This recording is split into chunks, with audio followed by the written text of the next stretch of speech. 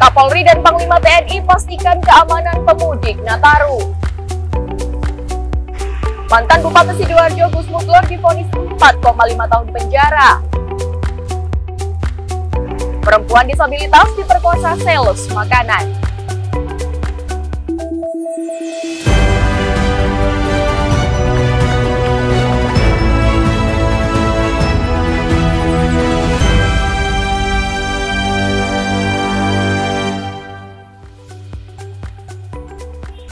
Halo pemirsa, laporan 8 Garuda TV Surabaya kembali hadir menjumpai Anda Sabtu 28 Desember 2024. Selain 3 topik utama tadi, tim redaksi kami telah menyiapkan sejumlah informasi penting dan menarik lainnya.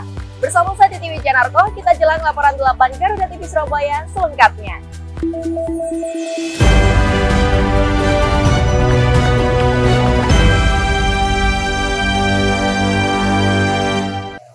Kita awali informasi pertama dari Surabaya, Jawa Timur. Pemirsa, pemerintah Provinsi Jawa Timur sedang melakukan rekayasa hujan di wilayah kepulauan yang dialihkan ke laut sebagai antisipasi terjadinya bencana hidrometeorologi di tengah cuaca ekstrim.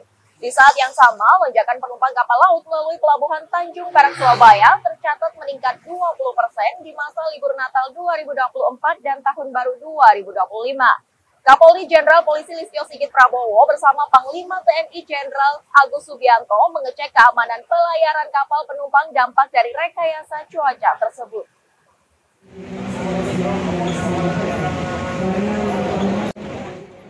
Kapolri Jenderal Polisi Listio Sigit Prabowo bersama Panglima TNI Jenderal Agus Subianto meninjau keamanan pelayaran penumpang kapal laut di Pelabuhan Tanjung Perak Surabaya beberapa waktu lalu. Di masa libur Natal dan Tahun Baru yang telah ditetapkan mulai tanggal 18 Desember hingga 5 Januari mendatang, arus penumpang kapal laut melalui Pelabuhan Tanjung Perak Surabaya, sementara sampai hari ini tercatat meningkat sebesar 20%. Namun di masa liburan Nataru, pemerintah Provinsi Jawa Timur sedang melakukan rekayasa hujan di wilayah kepulauan yang dialihkan ke laut guna mengantisipasi cuaca ekstrim yang dapat menyebabkan bencana hidrometeorologi seperti banjir dan tanah longsor, khususnya di Kepulauan Kabupaten Sumeneb. Dalam kesempatan itu, Polisi Listio Sigit dan Panglima TNI Agus memperoleh kepastian bahwa pengalihan hujan ke laut sebagai antisipasi terjadinya bencana hidrometeorologi di kepulauan tidak mengganggu pelayaran kapal penumpang. Kita tanyakan apakah itu mengganggu perjalanan kapal, namun rata-rata semuanya berjalan normal, artinya bisa terlaksana. Namun di sisi lain air yang dihujankan ke laut juga tidak mengganggu perjalanan dari kapal. Dari BMKG itu kami sudah memaparkan tentang rekayasa cuaca agar masyarakat yang mudik menggunakan transportasi laut bisa aman. Dan kita juga sudah menyiapkan personil quick response bencana alam apabila terjadi bencana alam.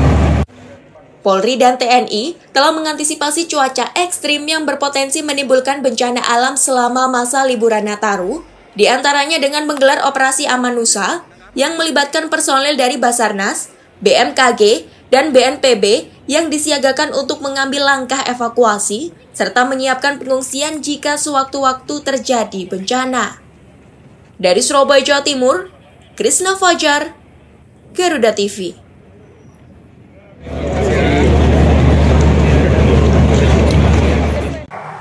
Ahmad Muglor, mantan Bupati Sidoarjo 2021-2024, akhirnya divonis pidana 4 tahun 6 bulan penjara karena melanggar pasal 12F dan pasal 12E perkara pemotongan dana insentif pegawai di lingkup Badan Penerima Pajak Daerah Kabupaten Sidoarjo.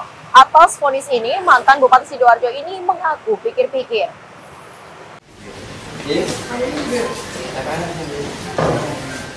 Memasuki ruang sidang, Ahmad Muglor, ex-Bupati Sidoarjo, terdakwa kasus pemotongan insentif pegawai di Pemkab Sidoarjo, menjalani persidangan dengan agenda pembacaan vonis oleh Majelis Hakim Pengadilan Tipikor. Dipimpin Majelis Hakim Niputu Sri Indayani, terdakwa Ahmad Muglor akhirnya divonis pidana 4 tahun 6 bulan penjara.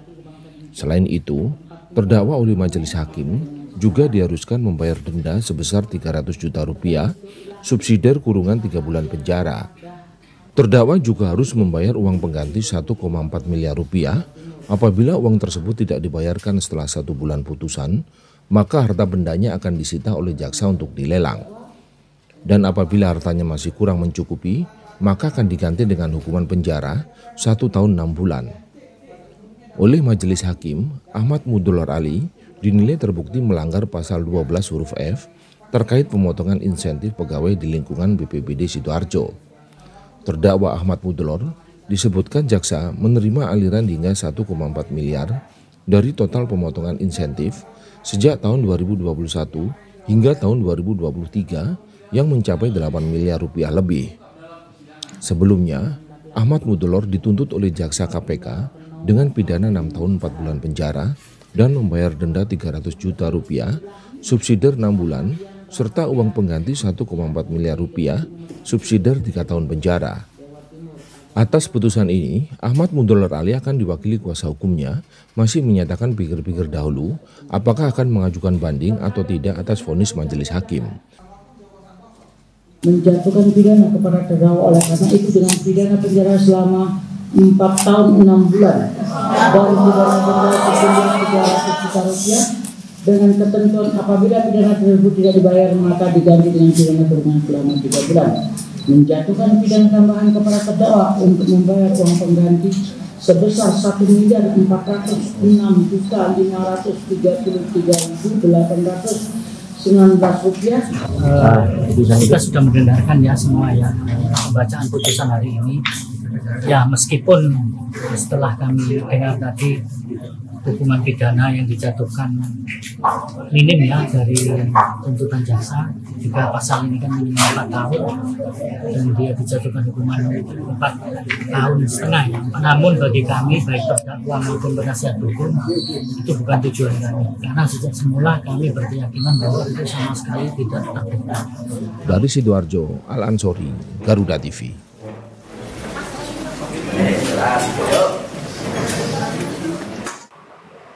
Pemirsa, di tengah sorotan terhadap kesejahteraan guru formal, nasib guru diniyah dan guru ngaji kerap terabaikan.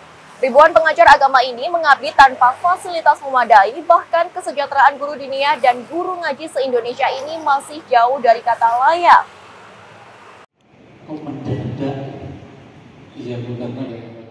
Guru diniyah dan guru ngaji di Indonesia hidup dengan penghasilan di bawah upah minimum regional atau UMR. Hal ini mencerminkan kesenjangan kesejahteraan yang cukup memprihatinkan. Hal ini yang mendasari Perkumpulan Guru Diniyah dan Ngaji atau PGDN Nusantara menggelar rapat kerja nasional atau Rakernas yang dipusatkan di Geraha Meru, Jalan Jemur Sari, Surabaya, Jawa Timur. Kegiatan ini menyoroti isu krusial yakni kesetaraan kesejahteraan guru diniyah dan guru ngaji dibandingkan dengan guru formal lainnya yang terlampau masih jauh. Sekjen PGDN Nusantara Muklis Musin mengatakan, Rakernas PGDN menekankan peran strategis guru dunia, guru ngaji dalam membentuk karakter dan moral generasi muda. Mereka adalah pilar utama pendidikan agama dan nilai-nilai luhur bangsa. Oleh karenanya, para guru diniyah dan guru ngaji ini berharap mereka berhak mendapatkan gaji dan tunjangan yang layak setara dengan guru-guru formal di sekolah. Saya yakin guru diniyah dan guru ngaji inilah yang banyak berperan di masyarakat. Dan tentu perjuangannya jauh sebelum bangsa Indonesia ini berdiri. Makanya selama ini banyak mereka ini terlantar dan tidak mendapatkan kesejahteraan. Ini yang kemudian mendorong kami untuk memperjuangkan ini sampai ke tingkat nasional. Bapak Jenderal Teguh Budi Angkasa ini bersemangat bagaimana guru ngaji, guru diniyah ini bisa mendapatkan sentuhan dari pemerintah.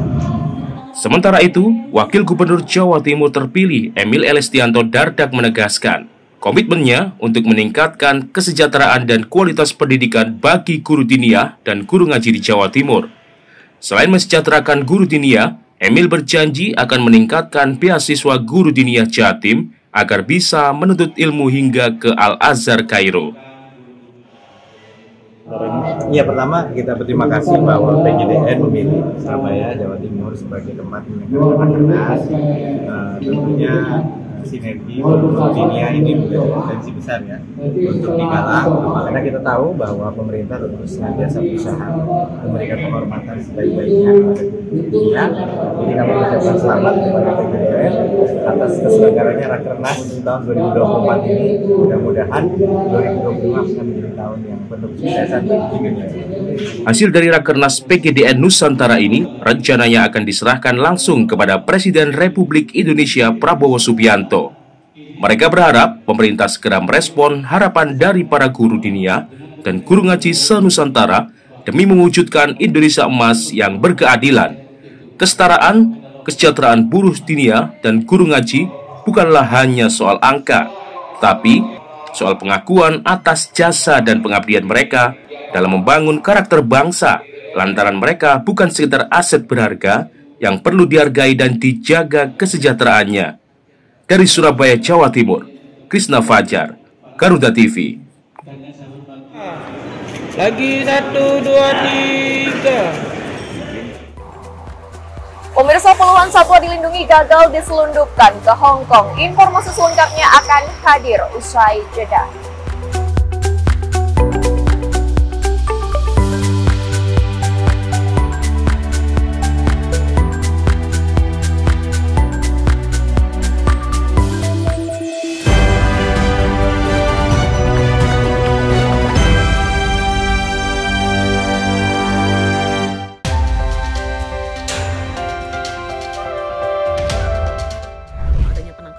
Berbagai peristiwa penting terjadi sepanjang hari.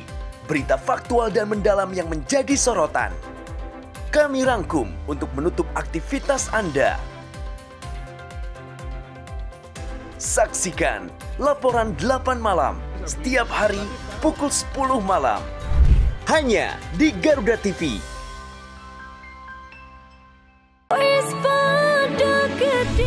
Update seputar lagu dan penyanyi hits dangdut Indonesia.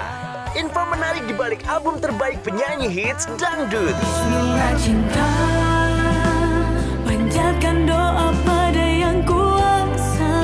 Bayar hutang hari ini, janji bayar bahwa aku mencintaimu. Dangdut Gemoy hanya di Garuda TV. Yang baru di Garuda TV, resep rahasia di balik sajian menarik masakan Nusantara dan internasional. Untuk menambah resep hidangan di rumah Anda.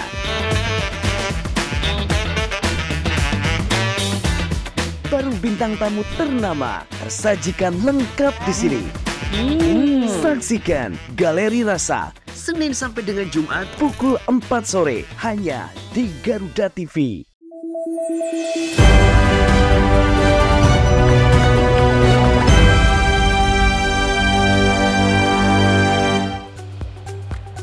Anda masih menyaksikan laporan 8 Garuda TV Surabaya.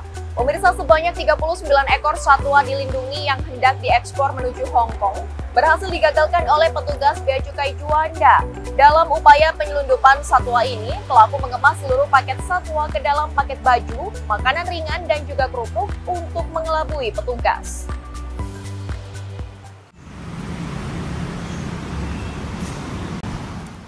Ke-39 ekor satwa tersebut terdiri dari 12 ekor ular karung, 2 ekor ular sanca hijau, 1 ekor ular piton, 5 tarantula, serta biawak dan iguana dengan jumlah total sebanyak 19 ekor.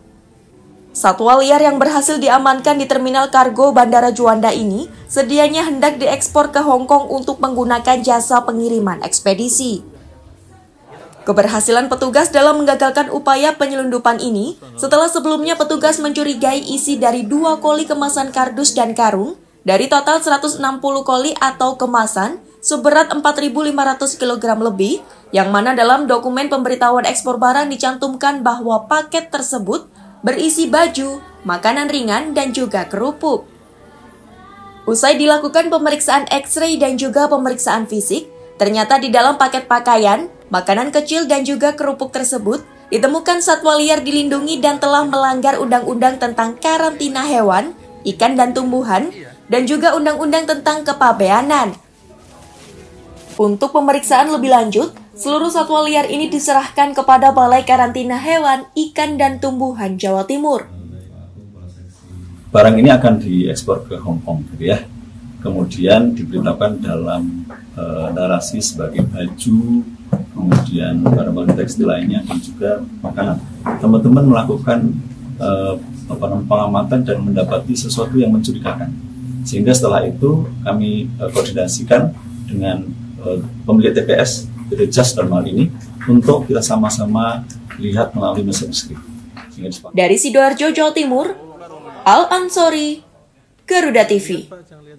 Serta disaksikan oleh perwakilan dari TPS, yaitu dari PT JAS. Pemirsa, dua pria asal Kabupaten Garut, Jawa Barat tega memperkosa seorang penyandang disabilitas di Kabupaten Tulungagung, Jawa Timur. Tersangka diketahui berinisial DV, 22 tahun, dan AK, 29 tahun. Keduanya warga Kecamatan Cibalong, Kabupaten Garut. Mereka merupakan sales sebuah produk makanan, sedangkan korban merupakan penyandang disabilitas tunarungu dan tunawicara.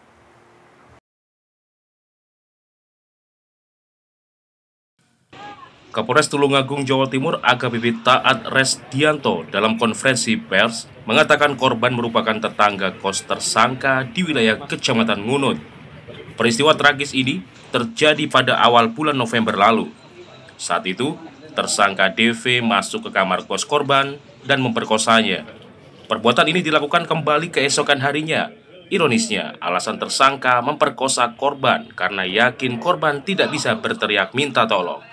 Perbuatan bejat ini diceritakan ke AK yang kemudian juga melakukan perkosaan terhadap korban. Total korban diperkosa sebanyak 3 kali oleh kedua tersangka. Korban yang sudah tidak kuat menceritakan kejadian ini ke pihak keluarga. Mereka lalu melaporkan keduanya ke pihak berwajib. Polisi melakukan penangkapan terhadap tersangka yang berada di tempat kos. Yang saya hormati Pak Kasat Reskrim, Kanit BPA, Kasih Humas, dan yang saya muliakan rekan-rekan wartawan.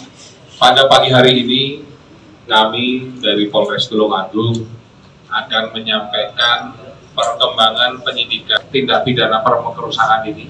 Saya ulangi bahwa korban tindak pidana pemerkosaan ini adalah penyandang tunarungu dan tunawicara. Akibat perbuatannya, korban mengalami trauma psikis. Korban takut untuk bertemu dengan laki-laki dan menjadi introvert. Saat ini korban memerlukan pendampingan. Kedua tersangka dijerat dengan pasal 285 atau 289 KUHP dengan ancaman pidana 15 tahun kurungan penjara. Dari Tulungagung, Jawa Timur, Catur Santoso, Garuda TV. Pemirsa, berhati-hatilah karena tindak kejahatan semakin tinggi jelang tahun baru. Di Sidoarjo, Jawa Timur, pelaku kepergok korban saat akan menggasak sepeda motor jenis trail. 2 orang pelaku melawan dengan mengayunkan senjata tajam, sedangkan korban melawan dengan balok kayu dan pelaku berhasil kabur. Kejadian ini pun sempat terekam kamera pengawas kemudian viral di media sosial.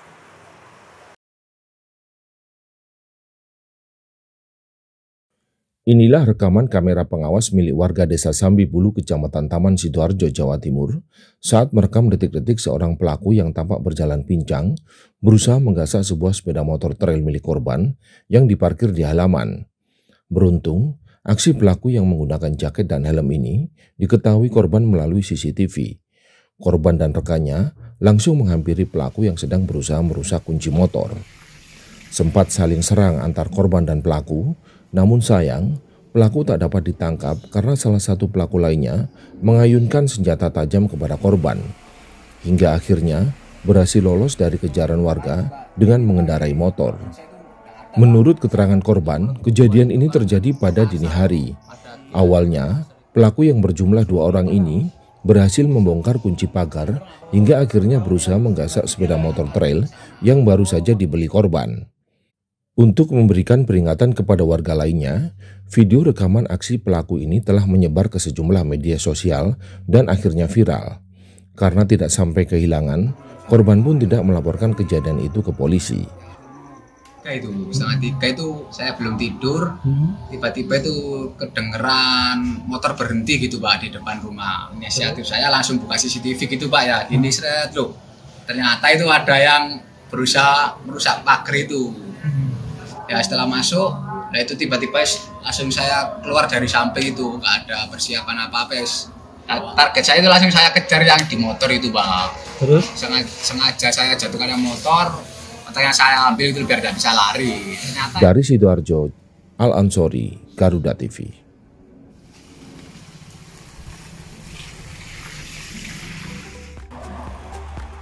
Pemirsa, sejumlah destinasi wisata mulai ramai pengunjung saat libur Natal dan Tahun Baru. Informasi selengkapnya akan hadir usai jeda.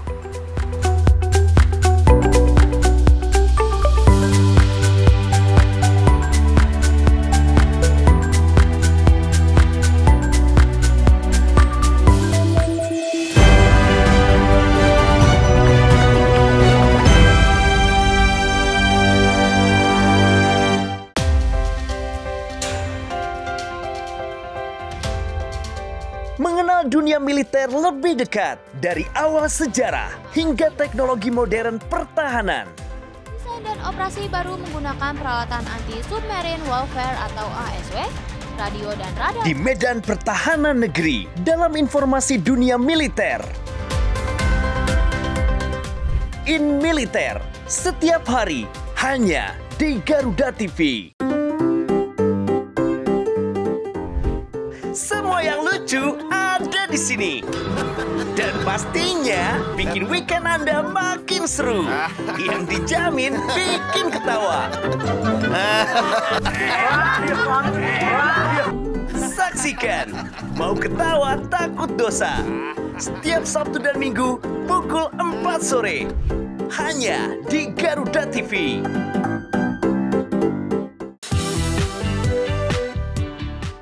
Pasola pun dapat dilaksanakan.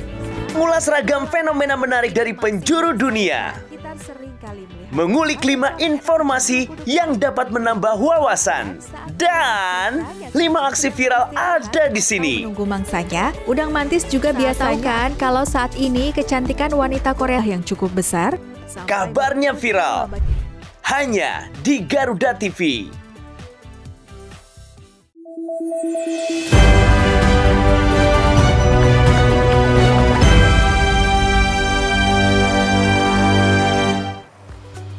Anda kembali menyaksikan laporan 8 Garuda TV Surabaya. Pemirsa, menyambut Natal dan Tahun Baru, sejumlah destinasi wisata di Surabaya mulai ramai dikunjungi warga. Salah satunya adalah tempat di kawasan Pakuwon City yang menjadi favorit keluarga untuk menghabiskan libur akhir tahun dengan melihat pohon Natal setinggi 10 meter berdiameter 4,5 meter yang menjadi tempat foto yang instagramable serta wahana ice skating dan masih banyak lainnya. Nah, penasaran kan di tempat tersebut? Berikut liputannya untuk Anda.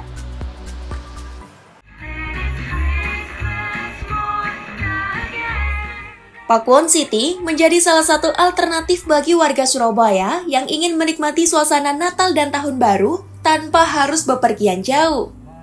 Selain lokasinya strategis, tempat ini juga menawarkan berbagai hiburan menarik dengan akses masuk yang gratis. Daya tarik utama di sini adalah pohon Natal setinggi 10 meter dengan diameter 4,5 meter serta dengan hiasan pernak-pernik lampu yang menjadi spot favorit untuk berfoto yang instagramable. Selain itu, di sini juga ada wahana ice skating yang cocok untuk semua kalangan. Sejumlah pengunjung wahana hiburan mengaku bila libur Natal dan Tahun Baru banyak yang menarik di tempat ini. Jika di tahun kemarin menggunakan konsep Disneyland, kini konsepnya seperti malaikat yang turun dari bumi dengan kilauan cahaya lampu. Aku kalau Natal sama Tahun Baru mulai tahun aku di sini tinggal sampai sekarang aku nggak pernah kemana-mana, pasti ke sini. Meluangkan waktu ke sini, soalnya lebih dekat sih. Selain dekat apa lagi Bu? Makanannya juga enak, nggak terlalu mahal juga, terus tempatnya juga unik, gratis masuknya juga. Alternatif Bu ya? Alternatif untuk jalan-jalan keluarga sih, kalau untuk keluar kota kayaknya susah ya. Kalau untuk Tahun Baru sama Natal gitu banyak yang mudik keluar kota mungkin ya, jadi agak ini aja sih enakan. Kalau asli Surabaya sini ya pasti ya enaknya di sini aja. Kebetulan saya tahun ini ya yang kesini itu karena rumah saya kemarin agak jauh. Jadi kebetulan rumah saya di sini, saya sering kesini gitu loh. Acara apa aja yang di Pakuwon City Mall saya ngikutin. Keren, bagus. Tahun kemarin juga seperti ini, bagus, keren. Cuman ini kayaknya lebih keren sih daripada tahun kemarin. Tambah. Yang paling menarik. Selain hiburan, pengunjung juga dapat menikmati aneka kuliner khas yang cocok disantap bersama keluarga.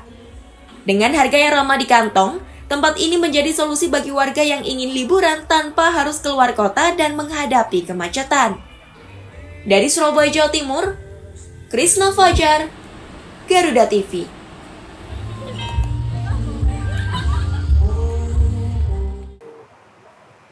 Pemirsa, membuat pohon Natal bisa dikreasikan dari berbagai bahan. Seperti di Surabaya, Jawa Timur, sebuah gereja Katolik membuat pohon Natal setinggi 6 meter dari 900 peralatan rumah tangga, mulai dari panci, wajan, hingga tudung saji, yang akan dibagikan kepada umat perayaan Natal melalui kupon door prize. Sementara di tempat lain, sebuah hotel di Surabaya, Jawa Timur, membuat kreasi pohon Natal dari limbah rak telur dan salju buatan dari limbah dakron sebagai bentuk menjaga lingkungan dengan hasil pohon Natal yang indah.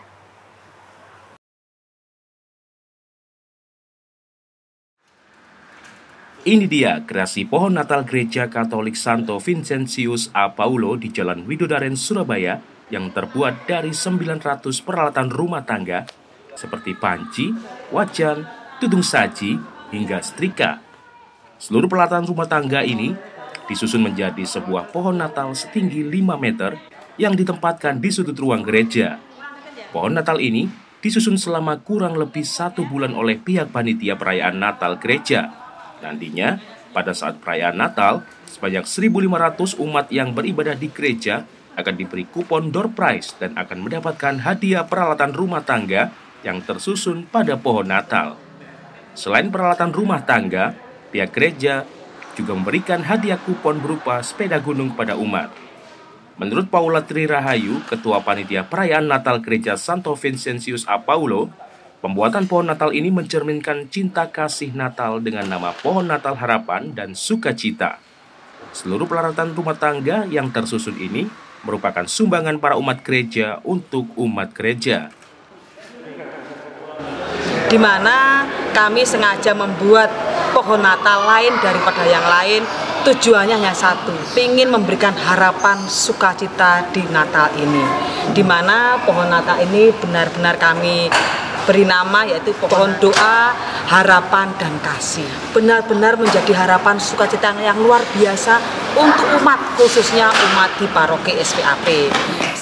Sementara itu, kreasi pohon Natal lainnya dibuat oleh sebuah hotel di kawasan Jalan Raya Prapen, Surabaya, Jawa Timur, di mana pohon Natal dibuat dari limbah rak telur yang dicat menggunakan warna hijau dan dihias dengan lampu warna-warni serta hiasan pohon Natal. Pohon Natal ini dibuat dari 150 limbah rak telur dari dapur hotel yang disusun membentuk pohon Natal setinggi 3,5 meter. Pohon Natal limbah rak telur ini juga dihias dengan salju buatan yang terbuat dari limbah dakron isian bantal hotel. Pohon Natal dari limbah telur ini sengaja dibuat dengan konsep ramah lingkungan dan memanfaatkan limbah hotel.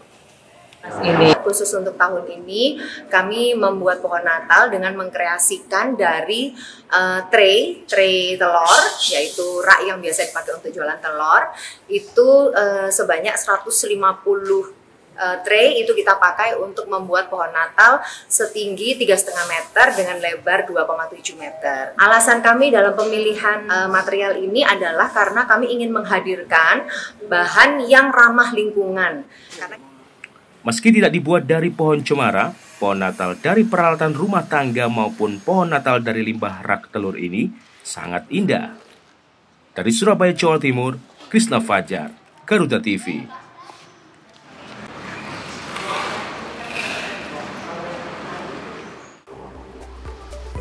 Pemirsa, informasi tadi sekaligus menutup perjumpaan kita hari ini. Saya Titi Wijanarko beserta segenap kru yang bertugas mengucapkan terima kasih, selamat berakhir pekan, dan sampai jumpa.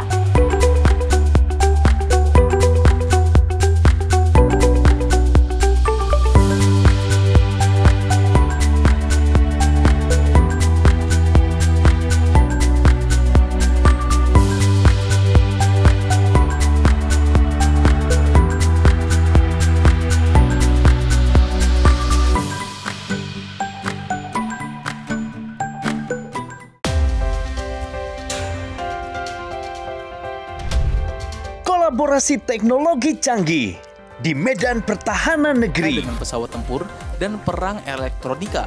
Dalam informasi dunia militer di garda terdepan. 737 pesawat CN-235 kali perlengkapan senjata untuk menyerang musuh. Pertunjukan hebat dari TNI Angkatan. Garda dunia setiap hari hanya di Garuda TV.